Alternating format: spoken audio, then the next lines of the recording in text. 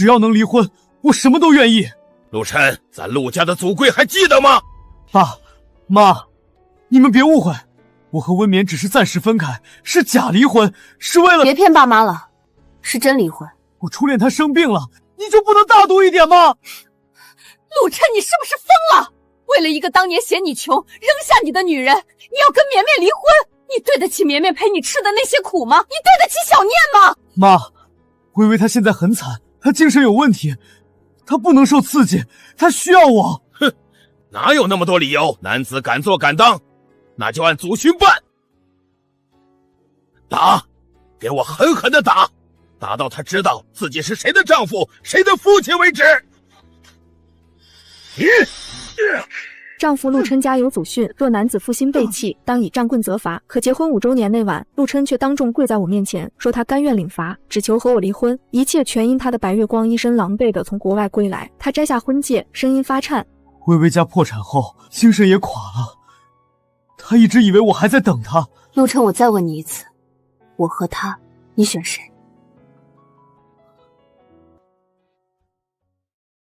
微微能回来已经很不容易了，你就不能体谅一下？算我求你，你就当假离婚，先带儿子搬去南山别墅住一阵子，等微微情绪稳定了。你知不知道，今天的雪和你跟我求婚那天一模一样？可现在呢，你却在为另一个女人向我祈求离婚。不必假离婚，我成全你们。从今往后，你好好守着你失而复得的不容易，我们母子就不奉陪了。来，念念，喝牛奶啦。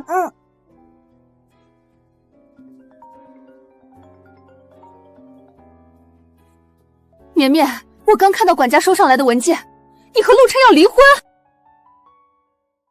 是不是因为昨天宴会上那个带着孩子出现的女人？妈，有些事儿您还是亲自问他吧。妈妈别哭，我怎么就生了这么个儿子？造孽呀，真的是造孽呀！97、98、99。妈妈，我害怕。100。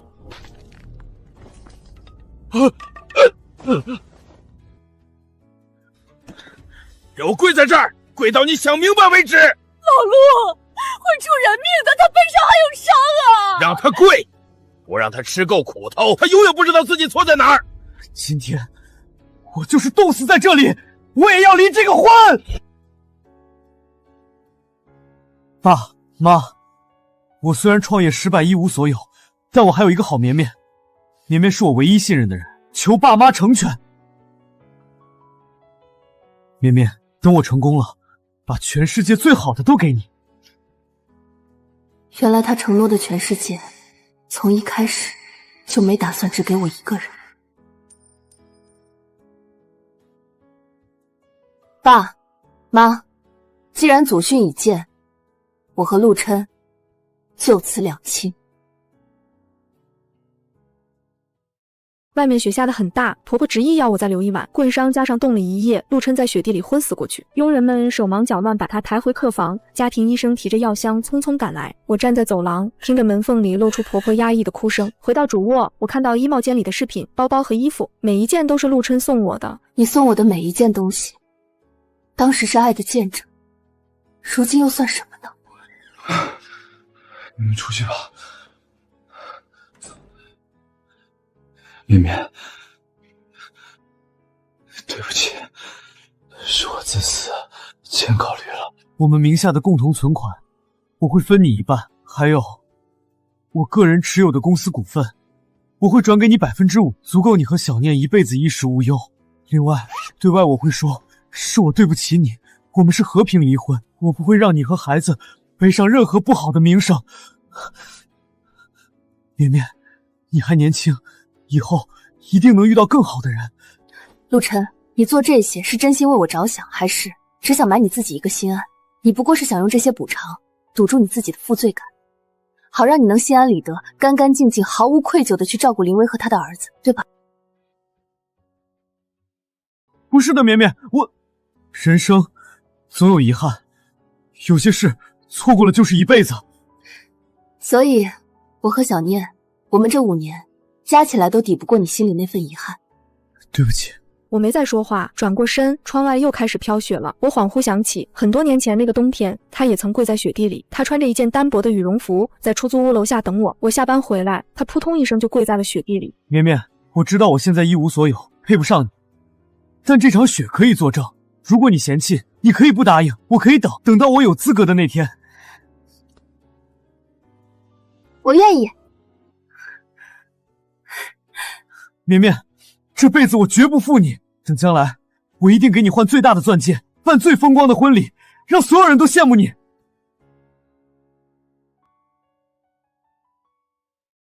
陆琛事业刚有起色，做的第一件事就是不接我一场盛大的婚礼。他说：“绵绵，我答应过你的，一样都不会少。”他请了异国的设计师，手工缝制的婚纱上缀了999颗施华洛世奇。婚礼在私人海岛举行。温绵，谢谢你在我一无所有时选择我，从今往后，我的所有都是你的。婚后不久，我就怀了小念。陆琛高兴得像个孩子。我们爱情的结晶，是上天最好的礼物。如果不是那次去办公室送汤，我大概会一直活在这场完美无瑕的梦里。那天他临时开会，我去给他送饭，等他时无聊，瞥见他办公桌上摊开一本旧相册，鬼使神差的，我翻开了，前面都是些老照片，直到某一页，我愣住了。照片上年轻许多的陆琛搂着一个女孩。你在干什么？陆琛一个箭步冲过来，夺走了相册，砰的一声重重合上。谁让你随便翻我东西的？他的声音又冷又硬。我僵在原地。结婚以来，他的书房、手机、电脑，我从来随便看，他只会笑着说我查岗，从未有过半分不悦。可现在，因为一本旧相册，他对我发了这么大的火。他是谁？陆琛把相册紧紧抱在怀里，像护着易碎的珍宝。他避开我的视线，沉默在办公室里蔓延，压得人喘不过气。过了许久，他才开口：“林薇，我大学同学，岂止是同学。”那天晚上，在我红肿着眼睛的逼问下，他断断续续拼凑出了一个我从未知晓的过往。他抬起头，眼圈发红，抓住我的手：“绵绵，遇见你的时候，我真的已经打算往前看了。是你把我从泥潭里拉出来，给我一个家。你相信我，我和他早就过去了。”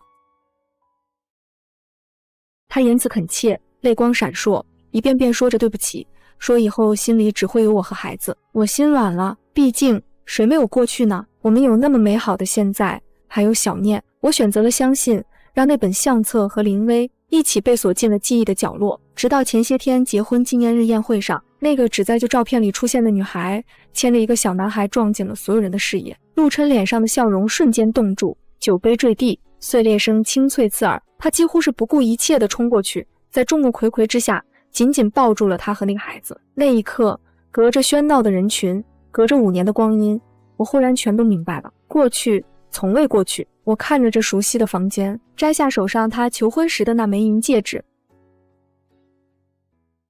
陆琛哽咽了：“绵绵，别摘下它。”我笑了，婚都要离了，戒指还有什么用？他点点头，又递上一份厚厚的文件，这是我名下部分资产的转让协议。够了。我接过文件，快速翻到最后一页，利落地签下自己的名字。就在这时，一声凄厉到变调的尖叫猛地从2楼儿童房的方向炸开，我脑子嗡的一声，扔下所有东西，发疯一样冲上楼。陆琛也脸色大变，挣开佣人的搀扶，踉跄着跟上。儿童房的门大开着，林薇不知何时溜了进来，此刻正要用枕头死死捂住小念的口鼻。你放开我儿子！我咆哮着扑过去，拼了命去掰林薇的手。陆琛也冲上前，用力扯开林薇的胳膊。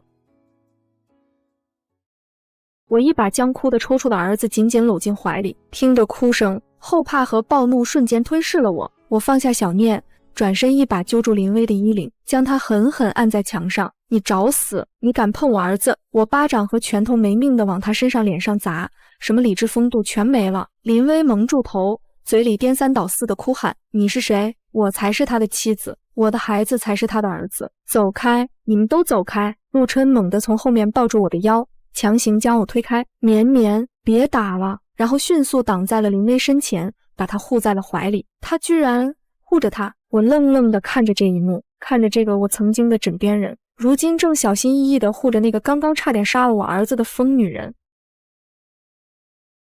绵绵，你冷静点，微微她不是故意的，她只是受刺激了，一时糊涂。我看着她，忽然笑了。陆琛，你还记得你是谁吗？你是小念的爸爸。他的脸色一点一点褪尽血色。可你现在在做什么？我指着被他护在怀里，正瑟瑟发抖偷眼看我的林薇。你在保护一个对你亲生儿子下杀手的女人。我点了点头，扬手走到他面前。他一记响亮的耳光甩在他脸上，这一下为我瞎了眼陪你熬的5年，这一下为我的小念。他偏着头，脸上的纸痕迅速显现。他没躲，也没松开环住林薇的手臂，最后看了他一眼。我转身抱起哭得上气不接下气的小念。小念妈妈带你离开。绵绵，陆琛在我身后喊，声音痛苦。我没有停下，抱着儿子温热的小身体，我一步步走下楼梯，头也不回地离开了陆家。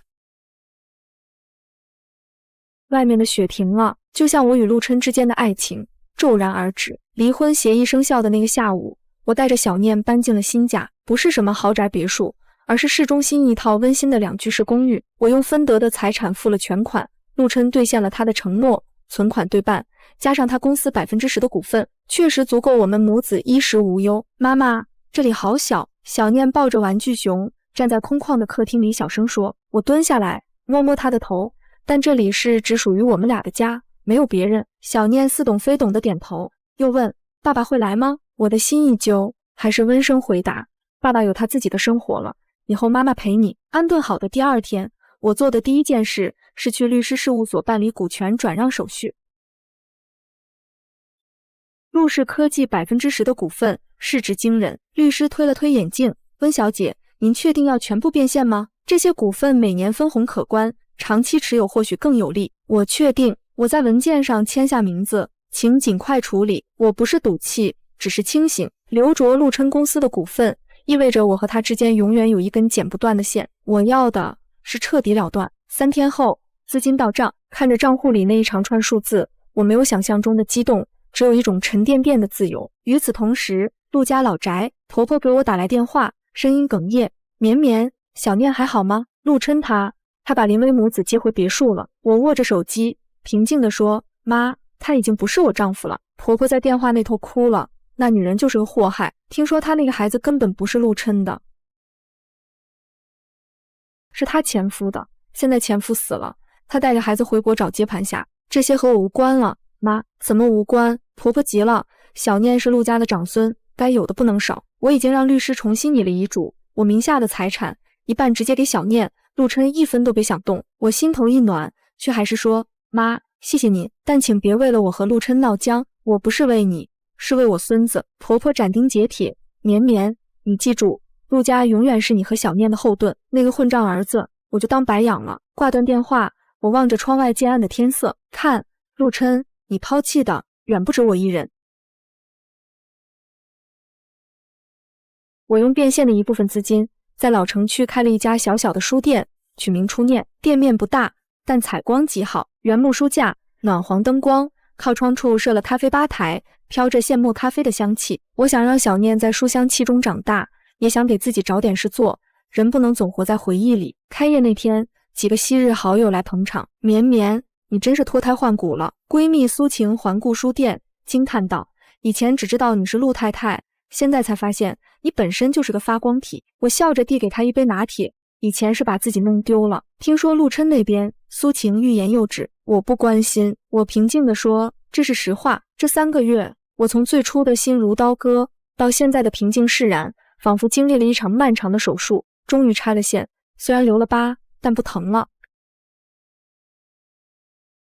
书店生意比预想中好，我选书有品味，咖啡也好喝，渐渐成了文艺青年的聚集地。小念在附近上幼儿园，放学后就待在书店角落的小天地里看书画画。一个雨后的傍晚，书店快打烊时，门铃响了，我以为又是熟客，头也没抬，不好意思，我们要关门了。温眠，熟悉的声音让我浑身一僵，抬头，陆琛站在门口，他瘦了很多，眼下有浓重的青黑，曾经意气风发的眉眼间蒙着一层挥之不去的疲惫。他环顾书店，眼神复杂，这就是你开的小店？我放下手中的账本，平静地问，有事吗？他往前走了2步，又停下。我来看看小念，还有给你送这个。他从公文包里取出一个信封，放在柜台上。林薇的诊断书。他确实有严重的精神分裂症和创伤后应激障碍。那天伤害小念是病发时的幻觉，以为小念是他前夫的孩子。陆琛的声音干涩，他现在在疗养院接受治疗。我很抱歉，那天诊断书我不需要。我打断他，将信封推回去。至于道歉，你早就说过了。陆琛看着我，眼神里有我读不懂的情绪。你变了，绵绵，人总是要变的。我转身开始收拾吧台。如果你没别的事，我要关门了。小念，他急切地问，我能见见他吗？我动作一顿，今天太晚了，他睡了。而且陆琛，探视权在协议里写得很清楚，你需要提前预约。他苦笑，你对我真是泾渭分明，这不是你希望的吗？我回头看他，干干净净，各走个路。陆琛张了张嘴，最终什么也没说，转身离开了书店。玻璃门关上，他的背影消失在夜色中。我靠在柜台上，深深吸了口气。原以为再见到他会心痛，会愤怒，但都没有，只有一种淡淡的疲惫，像看完一场与自己无关的闹剧。也好，无爱亦无恨，才是真正的两清。书店开业2个月后，一个不速之客找上门来。那天下午，店里客人不多，一个穿着香奈儿套装、妆容精致的女人推门而入，高跟鞋敲击地板的声音格外清脆。欢迎光临。我抬头，笑容在看清来人时僵在脸上，是林薇，但与生日宴上那个狼狈憔悴的她判若两人。此刻的她妆容完美，眼神清明，哪有半点精神病人的模样。她径直走到吧台前，上下打量我，红唇勾起一抹嘲讽的弧度。温绵，没想到离了陆琛，你就沦落到开这种小店了。我放下手中的书，平静地看着他。有事来看看我手下败将的落魄样。林薇毫不掩饰他的恶意，听说你把股份都卖了，真是蠢，守着那点现金坐吃山空。我不怒反笑，所以你的病好了？他脸色微变。陆琛说你在疗养院接受治疗，看来疗效不错。我慢条斯理地擦着咖啡杯。不过林小姐，我提醒你一句，装病骗得了一时，骗不了一世。陆琛也许一时糊涂，但陆家其他人眼睛可都亮着呢。林薇的眼神陡然阴冷。你什么意思？我听说婆婆已经修改了遗嘱，陆家的财产，陆琛能拿到的有限。我微笑，你费尽心机回国，不就是为了钱吗？可惜算盘打错了。你，林薇猛地拍了下柜台，温绵，你别得意，陆琛现在心里只有我和我儿子，你算什么？不过是下堂父。他的声音引来了店里仅有的几位客人的侧目。我依然平静，说完了，请离开，别影响我做生意。林薇还想说什么，就在这时，门铃又响了。陆琛匆匆推门而入，看到林薇，脸色一变，薇薇，你怎么在这儿？医生不是让你静养吗？林薇瞬间变脸，眼泪说来就来，扑进陆琛怀里。阿琛，我只是想出来走走，没想到遇到温小姐，她说我是装病，还咒我和儿子。我冷眼看着这出戏。陆琛搂着林薇，看向我，眼神里有责备。绵绵，薇薇她有病，你何必刺激她？心口那处早已结痂的伤，忽然又被撕开一道小口子。我笑了，笑得很冷。陆琛，你不如问问他，一个需要静养的精神病人是怎么自己开车从城郊疗养院精准找到我这小书店的。陆琛一愣，林薇的哭声戛然而止。还有，我拿出手机，调出一段监控录像，这是10分钟前，你这位病人在我店里中气十足威胁我的样子，需要我放给医生看看，评估一下他的病情吗？录像里，林薇面目狰狞，哪有半分病人的虚弱。陆琛看着手机屏幕，又看看怀里瞬间僵硬的林薇，脸色一点点沉下去。薇薇，他的声音很轻，你到底有没有骗我？林薇慌了。阿琛，你听我解释，我是因为太爱你，怕失去你才。够了。陆琛松开他，后退一步，眼神里是前所未有的冰冷和失望。我送你回疗养院，不是精神病院，我会让医生给你做全面评估。不，阿琛，你不能这么对我。林薇尖叫着被陆琛拖出书店。林薇被陆琛拖走后，书店里的余温仿佛被瞬间抽走。我怔怔地站在吧台前，指尖触到冰凉的杯壁，才回过神来。地上还留着林薇拍击柜台时洒出的咖啡渍，像一道难看的疤，提醒着刚才那场荒诞的闹剧。我蹲下身，拿抹布一点点擦拭，咖啡渍在清水里晕开，如同那些被搅乱的过往，看似消散，却总在心底留下淡淡的痕迹。苏晴的电话恰在此时打来，听我说完前因后果，她在那头气得骂骂咧咧，这林薇就是个戏精，陆琛那傻子居然还信她，真是瞎了眼。我轻笑一声，将抹布扔进水盆，没事，总算让她看清了一点，也让我彻底断了最后一丝念想。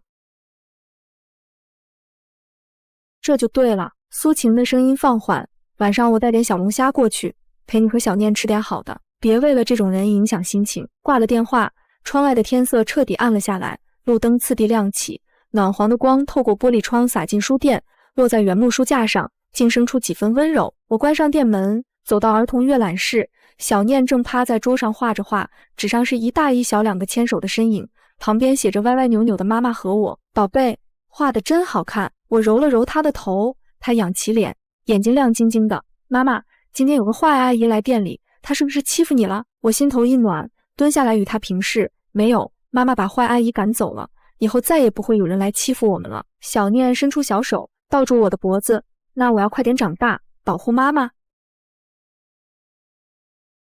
那晚的小龙虾吃得热气腾腾，苏晴陪我聊到深夜，从书店的未来规划到身边的新鲜事，字字句句都在帮我驱散心底的阴霾。我知道往后的路，纵使没有同行者，也有家人和朋友作伴，足矣。而陆家别墅里，此刻却是一片冰冷。陆琛将林薇送回疗养院后，独自坐在客厅的沙发上，眼前反复闪过书店里的画面，温绵平静的眼神，林薇狰狞的嘴脸，还有那段监控录像里她毫无病态的模样。她抬手揉了揉发胀的太阳穴，指尖触到口袋里的诊断书，那是她曾视若珍宝，用来安慰自己微微只是病了，我必须照顾她的借口，此刻却像一把尖刀，狠狠扎进她的心脏。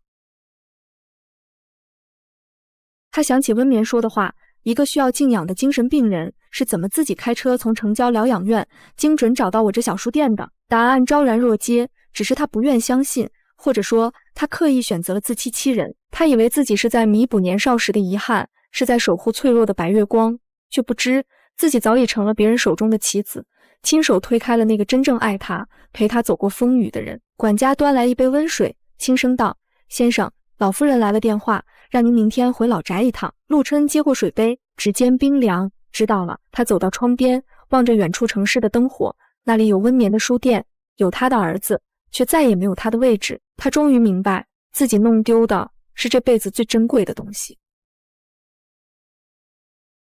第二天一早，陆琛便驱车回了陆家老宅。刚进门就被公公冰冷的目光盯住。客厅的茶几上摆着一叠厚厚的资料，婆婆坐在一旁，眼圈通红。见她进来，冷哼一声：“别过了头，坐。”公公的声音没有一丝温度。陆琛依言坐下，目光扫过茶几上的资料，心跳骤然加快。那是林薇的详细背景调查，还有她与国外富商的往来记录，以及孩子的出生证明。这些你自己看。公公将资料推到他面前，陆琛的手指颤抖着翻开，每看一眼，脸色就白一分。资料上清晰地写着，林薇并非家道中落，而是因与富商纠缠不清，被原配赶出家门。富商破产后，她走投无路，才带着孩子回国，盯上了如今事业有成的她。而所谓的前夫去世，不过是她编造的谎言。她的前夫尚在人世，只是早已与她断绝关系。现在你还有什么话说？公公的声音带着压抑的怒火。为了这么一个女人，你抛妻弃子，违背祖训，将陆家的脸面丢尽，你对得起谁？陆琛放下资料，头埋得很低，双手撑在膝盖上，指节泛白。他想说什么，却发现喉咙发紧，一个字也说不出来。所有的辩解，所有的借口，在铁证面前都显得苍白无力。我早就告诉过你，林薇那个女人不是什么好东西。婆婆终于忍不住开口，声音带着哭腔：“当年她嫌你穷，二话不说就跟着别人走了。是绵绵在你创业失败、一无所有的时候，陪在你身边，省吃俭用帮你凑启动资金，为你生儿育女，操持家务。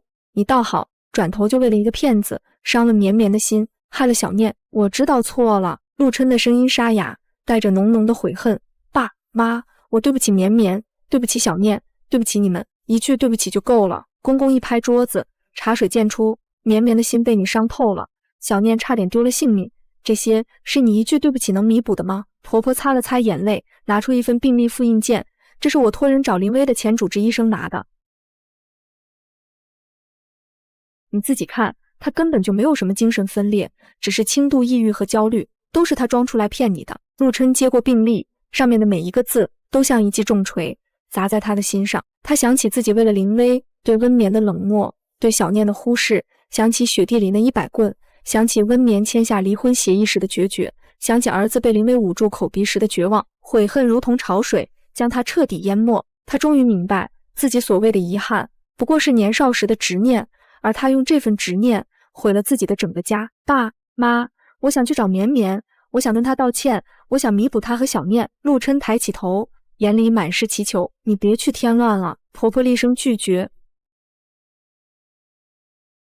绵绵现在过得很好，开了书店，把小念照顾得无微不至，她好不容易走出了你的阴影，你别再去打扰她了。可我是小念的爸爸。陆琛的声音带着委屈。你还记得你是小念的爸爸？公公冷笑，在你护着林薇，看着她伤害小念的时候，你怎么没想过你是小念的爸爸？陆琛，你现在最该做的不是去打扰绵绵，而是好好反省自己，别再让她和小念因为你受到任何伤害。陆琛僵在原地，久久说不出话。他知道父母说的是对的，他现在的出现对温眠而言不过是再次的打扰，可他的心里却像被掏空了一块，密密麻麻的疼。他走出陆家老宅，天空下起了小雨，雨点打在车窗上，模糊了视线。他驱车来到初念书店附近，停在街角，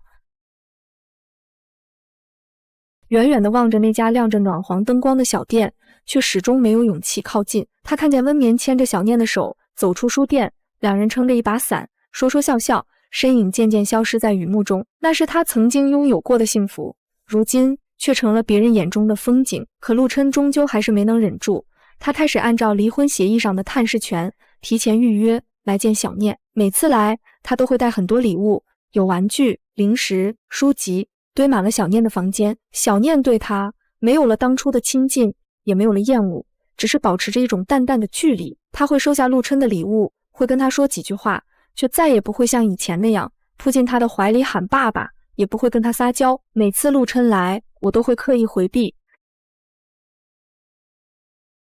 让他和小念单独相处。我不想让小念觉得我和陆琛之间的矛盾影响到他和父亲的关系。孩子是无辜的，他有权利拥有父爱，但我也会坚守自己的边界，从不和陆琛多说一句话，从不接受他的任何示好，更不会让他有任何误会。我清楚地知道，我和他之间早已覆水难收，除了小念的抚养权问题，我们再无任何交集。这天，陆琛来见小念，恰逢苏晴来书店找我，两人在书店门口撞见。苏晴看到陆琛，脸色瞬间沉了下来，挡在门口，不让他进去。陆琛，你又来干什么？别以为你给小念买点东西就能弥补你当初的过错。陆琛的脸色有些尴尬，我只是来见小念，这是我的探视权，探视权是你的权利，但你别想借机打扰绵绵的生活。苏晴毫不退让，你当初是怎么对他和小念的，我们都记着，别以为一句后悔就能一笔勾销。我知道我错了，我只是想弥补。陆琛的声音带着无奈。弥补？你拿什么弥补？苏晴冷笑，绵绵受的伤，小念受的惊吓，是你用金钱和礼物就能弥补的吗？陆琛，你最好认清现实，绵绵现在过得很好，她不需要你的弥补，你只要做好一个父亲，不打扰她的生活，就是对她最好的弥补。陆琛被苏晴说得哑口无言，只能站在门口，久久没有说话。我从书店里走出来，拉了拉苏晴的胳膊，对陆琛说：“进去吧，小念在里面等你。”陆琛看了我一眼，眼里满是感激，却不敢多说什么，低着头走进了书店。苏晴看着我，叹了口气：“绵绵，你就是太心软了。”我笑了笑，他毕竟是小念的爸爸，孩子需要父爱，只要他不打扰我们的生活，就随他吧。你就是太为孩子着想了。苏晴摇了摇头，却也不再多说什么。陆琛和小念在儿童阅览室里相处了一个下午，离开时，小念送他到门口，没有不舍，只是淡淡的说：“爸爸，再见。”陆琛蹲下来想抱抱小念，小念却下意识地往后退了一步。陆琛的手僵在半空，眼里满是失落。他揉了揉小念的头，轻声说：“宝贝，爸爸下次再来看你。”说完，他站起身，看向我，嘴唇动了动，似乎想说什么，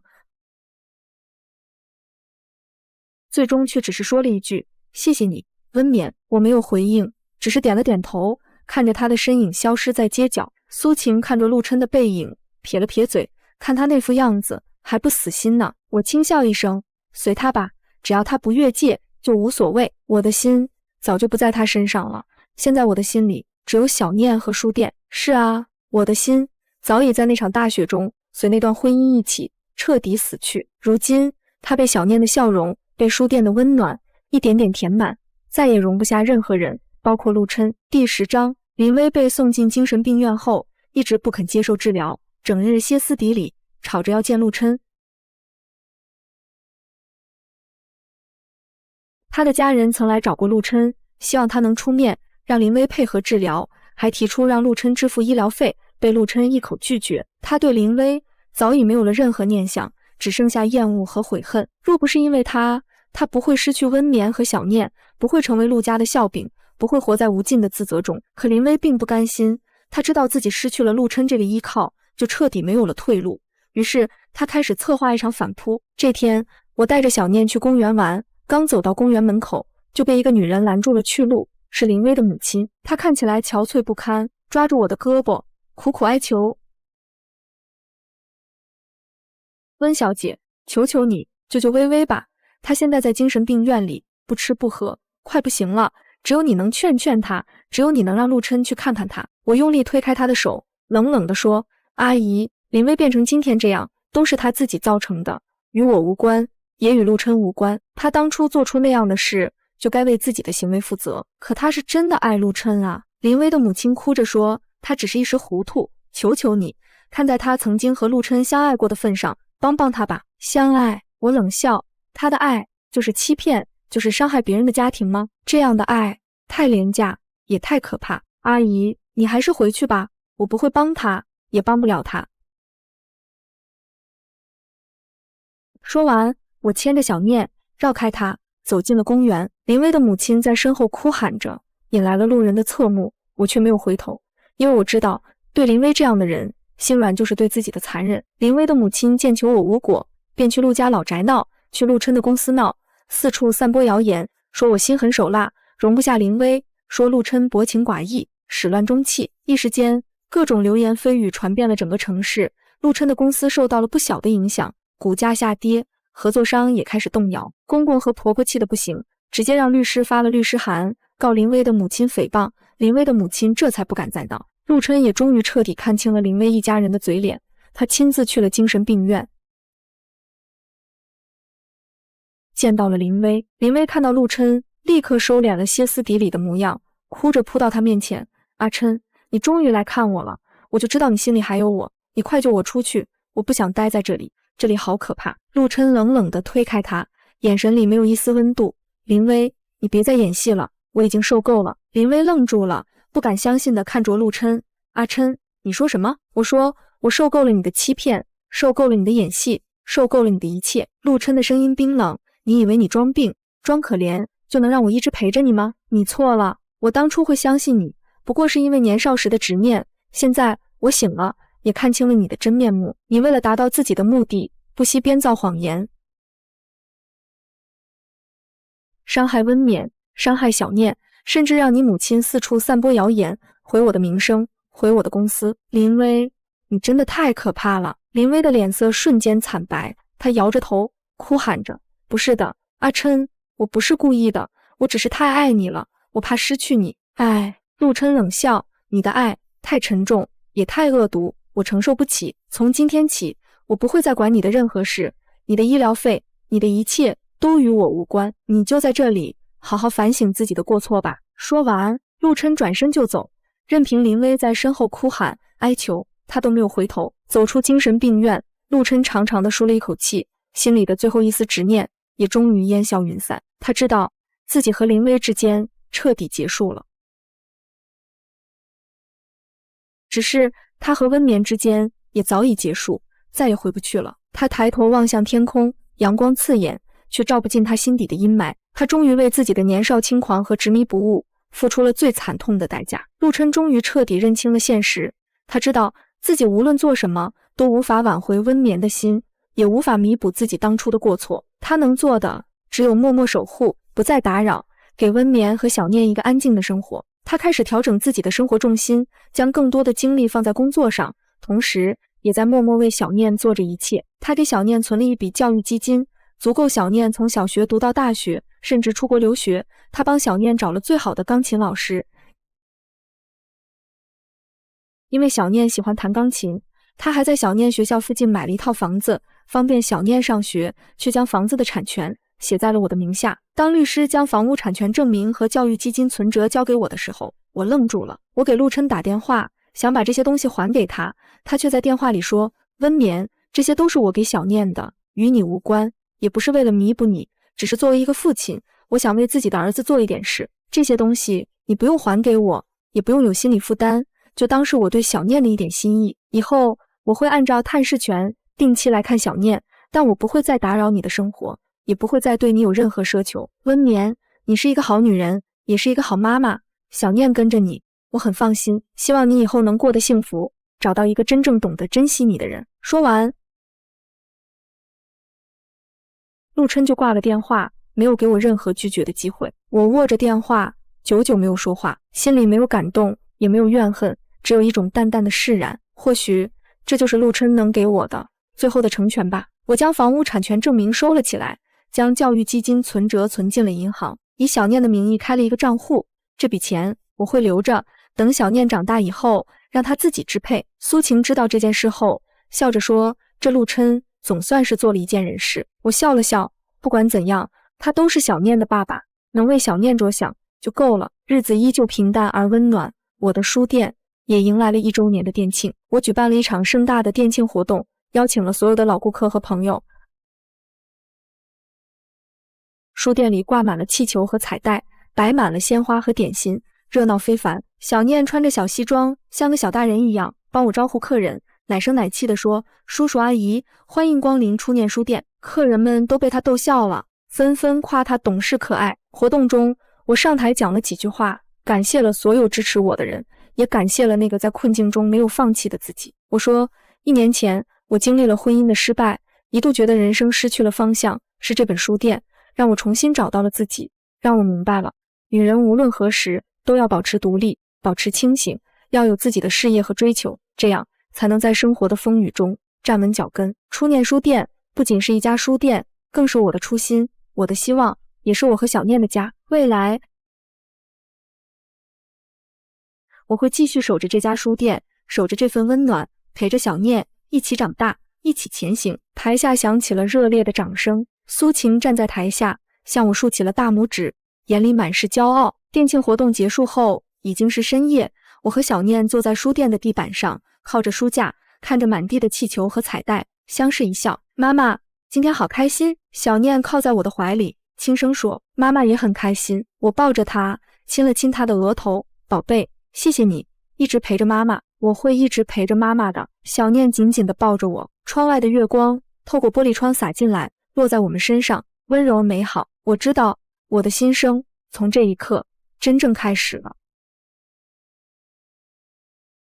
1年后，初念书店在我的打理下，早已成为了老城区乃至整个城市的文化地标。不仅有丰富的书籍，还有精彩的读书会、签售会、画展，甚至还开设了书法、绘画、钢琴等兴趣班，成了孩子们的乐园，大人们的心灵港湾。小念也顺利上了小学，她性格开朗，成绩优异，不仅喜欢看书，还弹得一手好钢琴，是老师和同学眼中的小才子。她偶尔还是会问起陆琛，却再也不会像以前那样因为想念而哭泣。陆琛依旧会按照探视权来看他，两人之间的关系平淡而和谐，像普通的父子一样，偶尔一起去公园玩，一起去看电影，一起吃一顿饭。陆琛也变了很多，他不再像以前那样意气风发、锋芒毕露，而是变得沉稳内敛，身上的精英气派渐渐褪去，